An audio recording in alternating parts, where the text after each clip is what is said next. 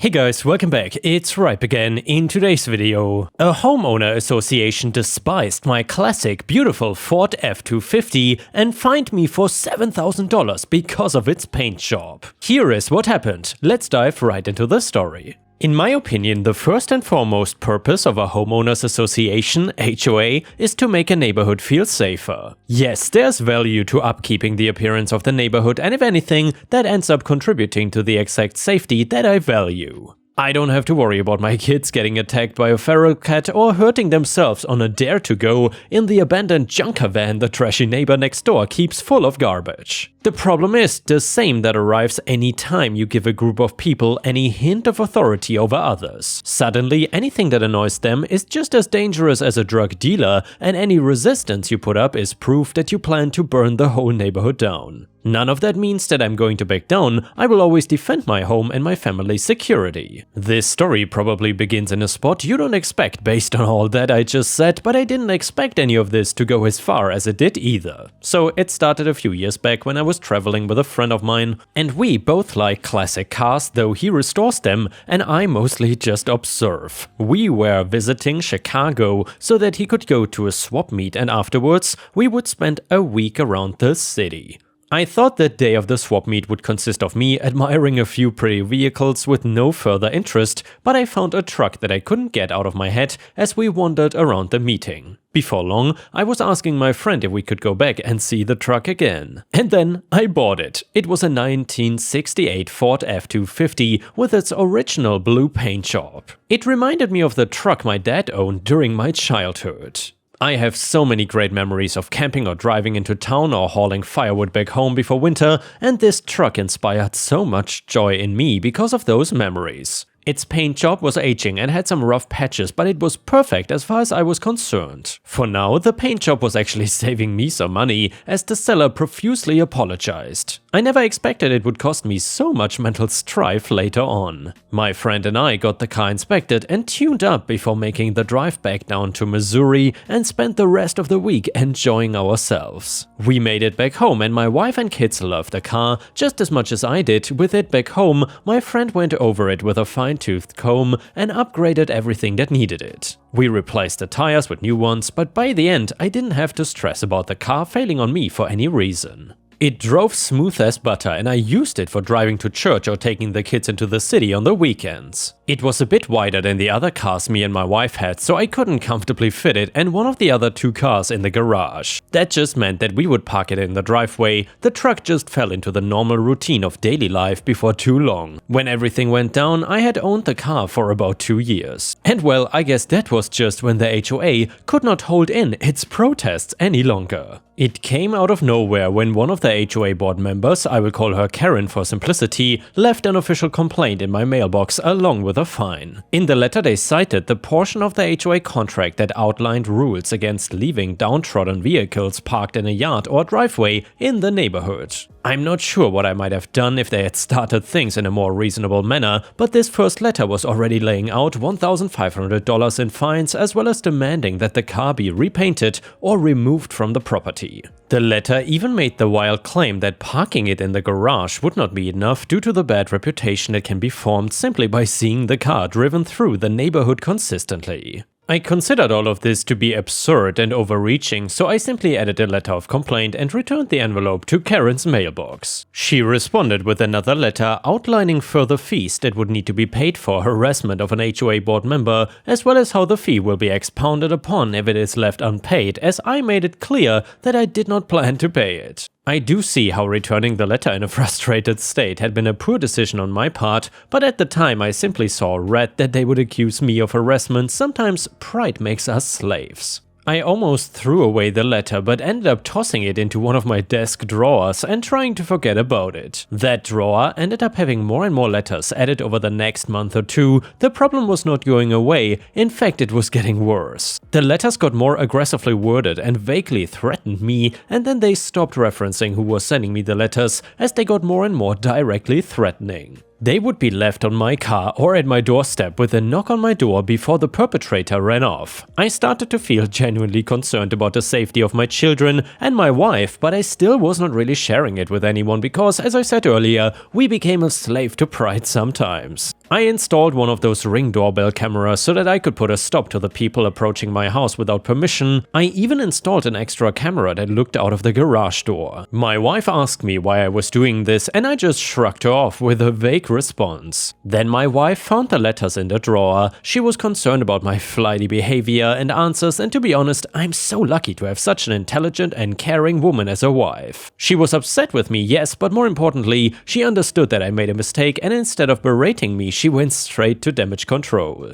I would apologize profusely later, but that's not really a story for this post. We went straight to Karen, and my wife made it clear that she found these letters to be borderline harassment and that we had no plans to pay the fines for such a clear abuse of the HOA's contract and its wording. Unfortunately, my refusal to respond or pay the fines earlier on had built up. Now, instead of the $1,500 that this all started, as it was now, up to $7,000 in fines. Karen stated that she wished she could make us pay more, but at $7,000, the HOA contract states that there can be no further fines. Not that there cannot be further punishment though. Apparently, if the fines climb all the way up to $7,000, then that means the resident was in violation of the spirit of the HOA contract and could be forced to be evicted. When Karen explained all of this, she had a smug expression on her face and turned contract clauses into passive-aggressive threats. She said they would foreclose my house and she would happily see me leave the neighborhood. With the threats, I went to a lawyer immediately. My wife made it clear that she planned to stand by me and that we would force Karen out of the HOA before we were forced to leave our children's home. We went to civil court and there's not much to talk about there, to be honest. As we both accrued evidence, the fact that Karen was in the wrong to file such ridiculous fines as a result of a well-kept and consistently used car was not in line with her authority based on the HOA contract. It was also true that I had acted in contempt of the contract and that I had not been in the right either. A hearing became less and less likely as my lawyer and I assumed Karen's as well and encouraged me to settle. So settle we did.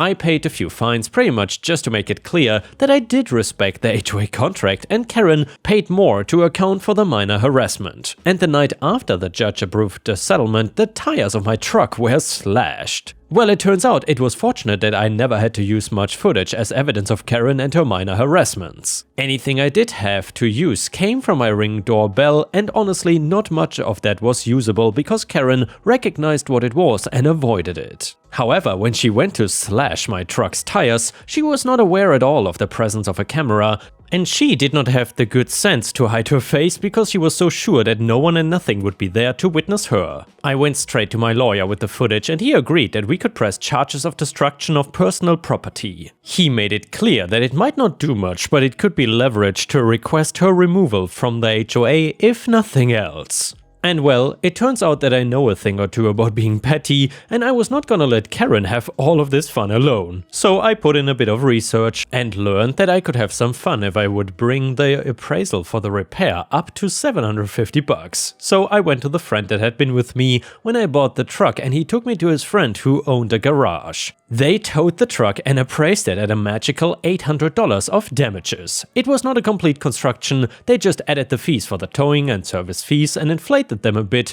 to adjust for the current inflation. My lawyer then used that appraisal and the footage as a basis to file criminal charges against Karen. And with the appraisal stating at least $800 of damages, the charges went from Class A misdemeanor into a Class E felony.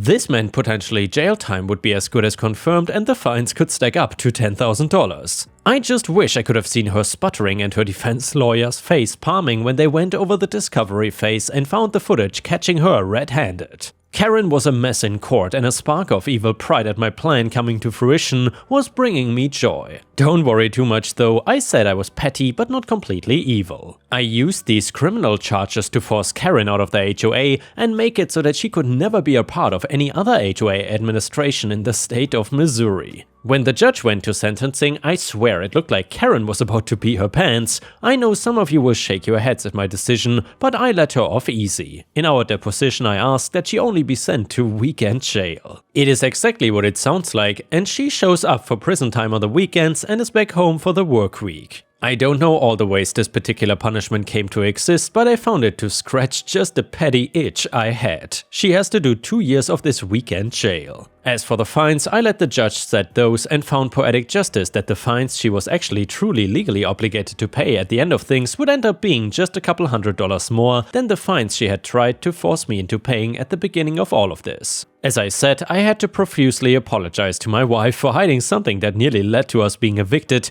but I think she took just as much satisfaction in the comeuppance we managed to send Karen's way. And the next one is titled, My 30 male girlfriend 32 female of 6 months has changed her behavior recently and now I wanna leave. And by the way, Ripe Stars, if you have watched until here, please don't forget to like the video and maybe even leave some star emojis in the comments if you want to support me. Thank you so much. So I met her earlier this year, we were fast friends within a month of meeting and dating after a month, official for 6 months or so. Met her on a night out with some friends. We live separately, but she spends a lot of time at my house as it's nearer to where she works. Our relationship started really nicely, I felt like we just got on really well and she was very supportive of me as well. But recently she's been quite pushy about me making changes to my lifestyle and seems angry and disappointed with the results. The two big ones are my work and what I wear. As for my work, I work at the same store I've worked at since I was 16, it's just an easy job, pays my bills and I know how to do everything there. I'm basically a manager without the responsibility of actually being a manager, as I don't want that level of responsibility for no extra pay. I also make money via stocks and crypto, so I don't struggle for money. As for what I like to wear, I have many jumpers and t-shirts of an emo band my friends and I loved when we were young. I genuinely have like 50 or so that I wear a lot because it makes me happy and does not hurt anyone either. I admit I have a bit of a problem with anxiety, familiarity helps with it, some family thinks I might have OCD, but I've never been diagnosed. My girlfriend a few weeks ago expressed frustration with my clothes, saying I need to grow up and get new ones. She spends a lot of money to get whatever clothes are in fashion. I don't have a problem with that as it's her money to spend and she's not hurting anyone either, but I don't know why she has a problem with my clothes. The argument was big but resolved and we went shopping and bought me some new clothes. They are actually quite nice and I like wearing them too. A few days later I was wearing a band t-shirt again because the new clothes were in the wash and she was really angry about it. I explained the new clothes were in the wash and it wasn't decided that I would completely stop wearing the band stuff. She wouldn't talk to me for the rest of the day. The next day she had cooled off and explained that she thinks new clothes will help me grow as a person. We talked a long time and I eventually agreed to get rid of the band clothes. While I was packing them up, I started crying and she called me stupid and I asked her to leave. She came back a few hours later and we made up. I packed the boxes into my car and told her I was gonna donate them. She was really pleased and said I was making the right choice getting rid of them. I did not donate them, I took them to work and I'm keeping them there until further notice. My boss was confused but understanding. I got back home and she had ordered my lots of new clothes. She told me she understands it was upsetting, but I'd be better off for it. That night, a few hours later, she wanted to talk about my work and why I'm not a manager. I explained to her that I don't want to be. She's been distant and only talks about how I should ask to be a manager, and I've explained why I don't want to be and that I wouldn't even be paid more, nor is there a need for it at the store. She just keeps saying that I need to fight for a pay rise as well so I can treat us to nice things. I told her that's not how it works and that I make money in other ways and that she has her own money too, so it shouldn't matter. She shouted at me that I'm useless and stormed out. My boss also told me she called the store and asked him why I'm not a manager.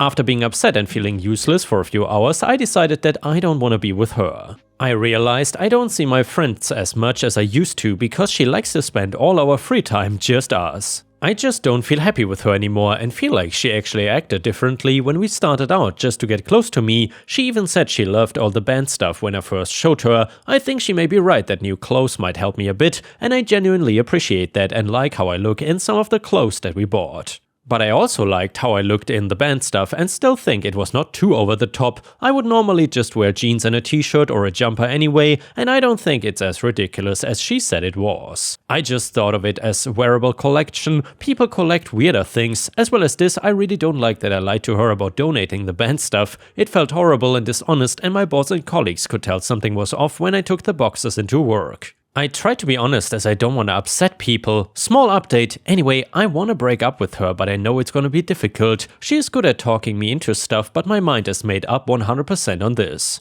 I'm still not sure when or how to do it though. I'm feeling really anxious about it, wondering if you guys can give me some advice or help. How can I be assertive about wanting to break up and not having her talk me out of it? And yeah, Ripe Stars, honestly, this does not sound like a healthy relationship at all. Let me know in the comments what you think about this and what OP should do. I think it's very clear that OP is obviously not the a-hole here, but instead people apparently trample over him, and it's kind of sad if you ask me. Anyway, comment number 1 said, take ownership of your agency. You don't need her to end the relationship for you. If you want out, tell her you're out. It's that simple. You're a strong person. Do what you want. Comment number 2, do it. She seems controlling. Like, why ask someone to do these things 6 months after dating? These are red flags, let her go. Go back to work and get your stuff back in order. Update number 2, some things I want to address first. I work at the same place I've done for years because of my anxiety. I know how to do everything at my job and it helps me feel grounded and not worry.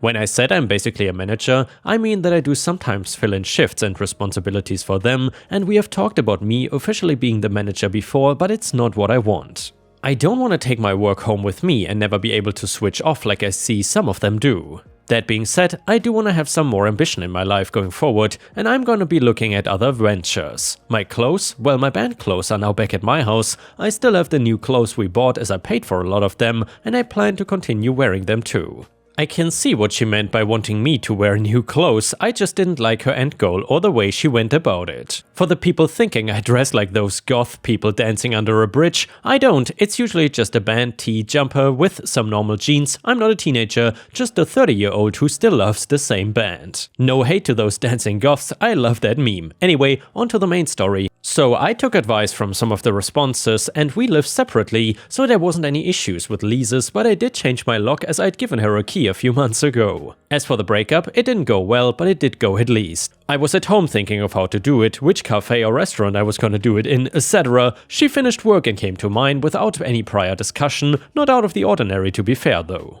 Anyway, she could tell something was off, and because I'd been thinking about it all for hours, I was 150% sure I wanted to do it, so just did it here instead. I first told her that I'd lied about donating my clothes and I'd actually taken them to work instead. She was angry and calling me a liar and everything. I apologized for it and tried to explain that I felt a lot of unfair pressure to get rid of them when I really didn't want to, and my collection was not hurting anyone. I don't really feel that the argument was fair, and I feel that her actions made me lie to her, but I hate saying stuff like that, so I just left it and moved on. I then told her I was really annoyed about her calling my boss, and she said she was sorry, but I should be a manager. I said that's okay, and she looked confused but accepted it, I guess. Then I just said I didn't want to be with her anymore because she actually had given me a second to speak. She looked shocked and asked me what I meant. I just said I didn't want to be with her anymore and that I wanted her to leave and would be changing my locks, but was open to calling to messaging about picking up her stuff. She said stuff like, we don't have to break up, but I kept saying my mind is made up and technically we already had. She called me pathetic as she walked out the door and slammed it behind her. This was the other day. I have not heard from her, but I sent her a message about picking up her stuff. There's not much of it here, so maybe she doesn't want to. Anyway, since then I called my boss to explain that situation and be wary of any contact from her. We have worked together for years and we are good friends, so he was very understanding and said if I need help in any way, he'll try to provide it. We go for drinks often with other colleagues, so I'll explain it all to them there probably. As for me, like I said above, I do want to work on myself a bit, partly because of the things she said, but not for the same reasons, just for me to grow a bit in terms of work experience and fashion sense. I'll be buying more smart casual clothes to wear as well. I don't think I'll ever fully stop wearing the band clothes though. I don't quite know what I meant to do in terms of work, but I have the experience of teamwork and leadership from the store, which I think is usable and transferable to other jobs too. I'm feeling weird but okay, it feels great to have acted decisively. I haven't felt sad yet, not happy either, just relieved mostly. Some of her stuff is still here and it feels weird to see it, knowing it'll never be that way again. I don't know how to describe that feeling. Anyway, I've spoken to friends about it and will be seeing them soon. I don't know what she's been up to or what she will do, not sure if I want to, there's nothing left for me with her anyway. Just wanted to thank everyone for their kind words in the OP, it felt really good to know that I was not being treated fairly and I was not just being stupid like she said. Some even messaged me with similar stuff or how much they like their partners with similar habits to my band clothes, which was really nice. One of the reasons I still wear the band tees is sometimes other fans spot them and we will have a nice conversation about about it and always end the conversation smiling. It's just nice. And yeah guys, if you cannot get enough of my content, please don't forget to check out my podcast by searching for Ripe Stories on all major podcast platforms such as Spotify, Apple or Google Podcasts. Furthermore, you can find bonus content by going to patreon.com/ripeyoutube or by clicking the join button here on YouTube. For a small monthly fee, you will get access to dozens and dozens of exclusive videos you won't find anywhere else. Thank you so much for watching, and I hope to see you again tomorrow.